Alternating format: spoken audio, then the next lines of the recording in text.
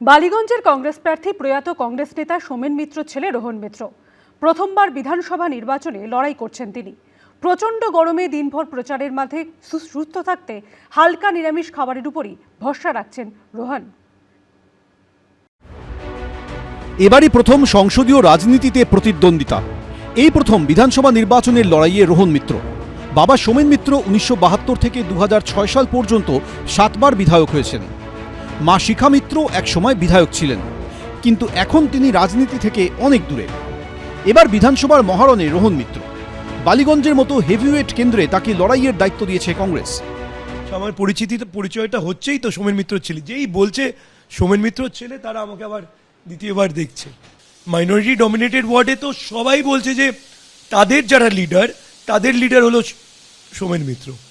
এর থেকে আর কি আর অনুভূতি আমার পাবো বলো, যে আমি ব্লেসড যে ওনার নামটা আমার সঙ্গে যুক্ত। চড়া গরম উপেক্ষা করেই প্রচারে খামতি রাখতে চাইছেন না রোহন মিত্র। সকালে শুধু টোস্ট খেয়ে বেরিয়ে পড়ছেন। প্রচণ্ড গরমে দিনভর প্রচারের মাঝে দুপুরে রোহন খান ভাত, ডাল, আলু ভাজা, চাটনি আর দই।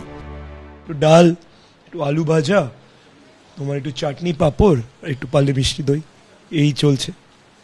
এটাই এখন রোজকারের রুটিন হয়ে গেছে।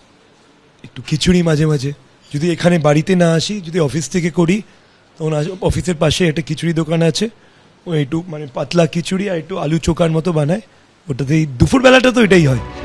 রাতে একেবারেই হালকা খাবার খান বালিগঞ্জের কংগ্রেস প্রার্থী।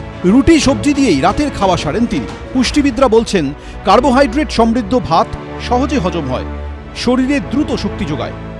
সবজির তরকারি ভিটামিন ও খনিজ সমৃদ্ধ, যা রোগ প্রতিরোধ ক্ষমতা বাড়ায়। ডালে থাকা উদ্ভিজ্জ প্রোটিন শরীরের শক্তি বৃদ্ধি করে।